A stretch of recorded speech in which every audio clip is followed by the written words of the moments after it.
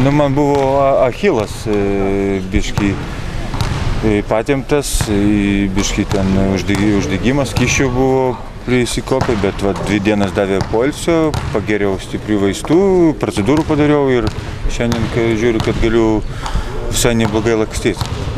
Aišku, šitas problemas nesusijusios galbūt su fiziniu pasirengimu, gal jis buvo kitoks ir didesni krūviai, aš nežinau. Ne, tai kaip čia, tai pas mus visą laiką dideli krūviai, čia, žinot, pas musgi nebūna, kad maži dideli, būna sezoną visą atvarai nieko, bet būna ir nuo mažų krūvių kažkas atsitinka. Čia paprasčiausiai nesėkmingas nusileidimas, neteisingai pastatyta koja ir gali viską atsitikti. Čia kaltų galima ieškoti, čia reikia, jo, nereikia tokius dalykus ieškoti. Kalto, gydytis, pasveikti kuo greičiau ir vėl dirbti. Ta trumpa pauzelė neturėjo įtakos formai sportiniai? Tai aš praktiškai neturėjau tos pauzelės. Tos 2 dienas aš sportavau, buvo likęs Valdas Chomičius, mes visi kalnietis, Kšištofas ir aš buvau likęs, sportavom, štanginiai, dviratukas, metimai, aš viską galėjau, tik tai, kad negalėjau bėgioti. Tai viską dariau ir skaitau, kad sportiniai formai neturėtų man pakankamai. O kaip tas vakaras užvakar prie televizoriaus, žiūrint iš Slovėnijos vaizdus prabėgo, labai nervų daug buvo? Nu, be abejo. Gali pablogėti, jeigu jos ir nebuvo pas tave. Be abejo buvo sunku žiūrėti, aišku, norėjusi, kad geriau pasirodytų, bet reikia dabar, nėra ko čia verkti, reikia daryti išvadas prieš čempionatą patį. Kažkur tai problemus ieškoti, dar turim laiko kažkiek tai padirbti ir eit kovoti.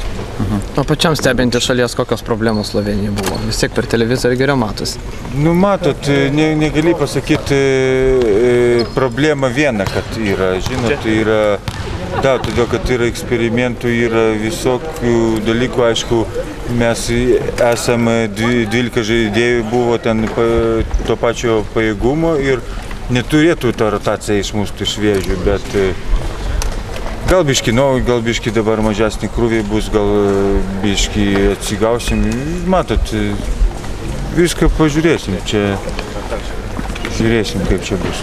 O ką galėtumėt pasakyti gerbėjam, kurie po tokių pastų rungtynių Slovenija nurašo rinktinę, sako, nieko nelaimėsim, prastai pasirodysim? Nu tai čia, žinot, čia nieko negaliu pasakyti, čia kiekvieno žmogaus turi savo nuomonę.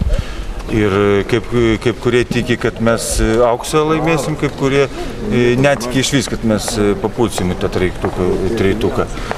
Bet aš skaitau, geriau tegul netiki, bet mes laimėsim kažką, jiem bus gal staigmena, gal nudžiuginsim, gal kaip tik jie nusivils, nežinau, bet negu tikėtis ir nieko nelaimėti, žinot. O ko pats tiki? Aš tikiu, kad mes pajėgi rinktinė ir kad mes galim papulti į treiktuką.